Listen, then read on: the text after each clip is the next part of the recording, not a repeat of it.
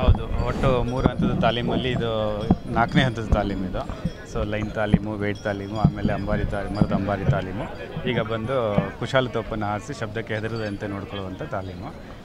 ಇವತ್ತು 2ನೇ ತಾಲೀಮಿದು. ಅದರಲ್ಲಿ ಮೊದಲನೇ ತಾಲೀಮಲ್ಲಿ ನೀವು ನೋಡಿರ್ಬೋದು, ಯಾವ ಆನೆಗಳು ಕೂಡ ಹೆದರಲಿಲ್ಲ. ಸೊ ಇವತ್ತು ಕೂಡ ನೀವು ಅದಕ್ಕಿಂತ ತುಂಬ ಕಾನ್ಫಿಡೆನ್ಸ್ ಇದು ಇಟ್ಕೊಂಡು ಮುಂದೆ ಬಂದು ಹತ್ತಿರದಲ್ಲಿ ಕೂಡ ಇದ್ದು, ಹಾಗಾಗಿ ಯಾವುದೇ ಶಬ್ದಕ್ಕೆ ಹೆದರಿಲ್ಲ. ನಮ್ಮ ಆನೆಗಳು ಎಲ್ಲ ದಸರಾ ಇದಕ್ಕೆ ಸಿದ್ಧತೆಯನ್ನು ಮಾಡ್ಕೊಂಡಿದ್ದಾವೆ ಅಂತ ನಾವು ಹೇಳ್ಬೋದು. ಸರ್, ಈಗ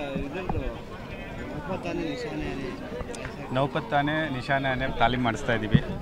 2 ಸಬ್ಸ್ಟಿಟ್ಯೂಟ್ ಆಗಿ ತಾಲೀಮ್ ಮಾಡಿಸ್ತಾ ಇದ್ದೀವಿ. ಆದಷ್ಟು ಬೇಗ ನಿಮಗೆ ತಿಳಿಸ್ತೀವಿ. ಇರಲಿ, ಅದೊಂದು ಸಸ್ಪೆನ್ಸ್ ಅಟ್ಲೀಸ್ಟ್ ಇನ್ನೊಂದು 2-3 ದಿನ ಆದರೂ ಇರಲಿ.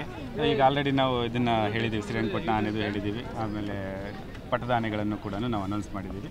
ಇವು ಕೊನೆಯದಾಗಿ ಉಳಿದಿದ್ದು ನೌಪತ್ತಾನೆ ಮತ್ತು ನಿಶಾನಾನೆ, ಅದನ್ನು ನಾವು ಇಮಿಡಿಯೇಟ್ ನಾವು ಹೇಳ್ತೀವಿ. ಒಂದು ಸಾಮಾಜಿಕ ಜಾಲತಾಣಗಳಲ್ಲಿ ಈಗ ಆನೆ ಇಲ್ಲಿ ದಸರಾ ಆನೆಗಳು ಅಂತೇಳಿ ಅರಮನೆ ಆನೆಗಳ ಜೊತೆ ತುಂಬ ವೈರಲ್ ಆಗ್ತಾಯಿದೆ. ಹೌದು, ಏನಂದರೆ ಈ ಹಿಂದೆ ಬೇರೆ ಬೇರೆ ಸನ್ನಿವೇಶಗಳಲ್ಲಿ ಏನಂದರೆ ಬೇರೆ ಬೇರೆ ಫೋಟೋಗಳನ್ನು ತೊಗೊಂಡಿರ್ತಾರೆ, ವಿಡಿಯೋಸ್ಗಳನ್ನು ತೊಗೊಂಡಿರ್ತಾರೆ. ಆಮೇಲೆ ಪಬ್ಲಿಕ್ಕಲ್ಲಿ ನಾವು ತಾಲೀಮ್ ಮಾಡುವಾಗಂತ ತೊಗೊಂಡಿರುವಂಥ ಇದು ಫೋಟೋಸ್ಗಳು, ಅವುಗಳನ್ನು ಸಾಮಾಜಿಕ ಜಾಲತಾಣದಲ್ಲಿ ಹಾಕಿಬಿಟ್ಟು ಇದು ವೈರಲ್ ಆಗ್ತಾಯಿದ್ವು. ನಾನು ಇಷ್ಟೇ ಹೇಳೋದು, ಹಿಂದೆ ತಾವು ಬೇರೆ ಬೇರೆ ಸನ್ನಿವೇಶದಲ್ಲಿ ತೊಗೊಂಡಿದ್ದೀರಿ, ಅದು ನಿಮ್ಮ ಖುಷಿಗೋಸ್ಕರ ಮತ್ತು ವನ್ಯಜೀವಿ ಸಂರಕ್ಷಣೆ ಬಗ್ಗೆ ನಿಮ್ಗೆ ಅರಿವಿರಲಿ ಅಂತೇಳಿ. ಹಾಗಾಗಿ ಅದನ್ನು ಯಾವುದೇ ದುರುದ್ದೇಶಕ್ಕೆ ಬಳಸಬೇಡಿ. ಆಮೇಲೆ ಬೇರೆ ಬೇರೆ ನನಗೆ ಒಂದಿಷ್ಟು ಮೆಸೇಜ್ಗಳನ್ನು ಕಳಿಸ್ತಾ ಇದ್ದಾರೆ, ಬೇರೆಯವ್ರ ಫೋಟೋಸ್ಗಳು ಯಾರಾದರೂ ತೊಗೊಂಡಿರೋದನ್ನು ನನಗೆ ಕಳಿಸೋದು, ಅವ್ರ ಮೇಲೆ ಆ್ಯಕ್ಷನ್ ಮಾಡಿ ಅಂತ ಹೇಳೋದು. ಸೊ ಇದೆಲ್ಲ ಏನಂತಂದರೆ ಇದು ಹಬ್ಬ ಮಾಡೋಕ್ಕಂತ ಬಂದಿರೋದು, ದಸರಾ ಹಬ್ಬ ಇದು, ಯಾವುದೋ ಇದು ಅಲ್ಲ, ಆಪ್ರೇಷನು ಆ ಥರದ ಇದು ಅಲ್ಲ. ಎಲ್ಲರೂ ಎಂಜಾಯ್ ಮಾಡಿ, ದೂರದಿಂದ ಡಿಸ್ಟೆನ್ಸಿಂದ ನೋಡಿ. ಮತ್ತು ಹಿಂದೆ ಬೇರೆ ಸನ್ನಿವೇಶಗಳಲ್ಲಿ ತಗೊಂಡಂಥ ಫೋಟೋಗಳನ್ನು ನಿಮ್ಮ ಜಾಲತಾಣದಲ್ಲಿ ಏನಾದರೂ ಅಪ್ಲೋಡ್ ಮಾಡಿದರೆ ಅವುಗಳನ್ನು ಡಿಲೀಟ್ ಮಾಡಿ, ಅಥವಾ ನಿಮ್ಮ ಇದಕ್ಕೆ ಪರ್ಸ್ನಲ್ ಇದಕ್ಕೆ ಇಟ್ಕೊಳ್ಳಿ ಬಿಟ್ಟರೆ, ಸೊ ಅದನ್ನು ಶೋಕಾಸ್ ಮಾಡಿಬಿಟ್ಟು ಮತ್ತೊಬ್ಬರನ್ನು ಟ್ರಿಗರ್ ಮಾಡೋದು, ಆ ಥರ ಎಲ್ಲ ಮಾಡಬೇಡಿ. ಈಗಲೂ ಕೂಡ ನಾನು ಅಷ್ಟು ಹೇಳೋದು, ಚಿಕ್ಕ ಮಕ್ಕಳು ಅದು ಯಾರೇ ಬಂದರೂ ಕೂಡ ದೂರದಿಂದ ಡಿಸ್ಟೆನ್ಸಿಂದ ತಗೊಳ್ಳಿ ಫೋಟೋಸ್, ನಾನೇನು ಇದಿಲ್ಲ ಅಂತ. ಬಟ್ ಹತ್ತಿರದಿಂದ ಹೋಗೋದು, ಈಗ ಆಲ್ರೆಡಿ ನಮ್ಮ ಇದು ಅರಣ್ಯ ಸಚಿವರು ಕೂಡ ಕಟ್ಟುನಿಟ್ಟಿನ ಸೂಚನೆ ನೀಡಿದ್ದಾರೆ. ಅದ್ರ ಪ್ರಕಾರ ನಾವೀಗ ಕ್ಯಾಂಪಲ್ಲಿ ಬಿಡ್ತಾ ಇಲ್ಲ ಯಾರನ್ನು ಕೂಡ.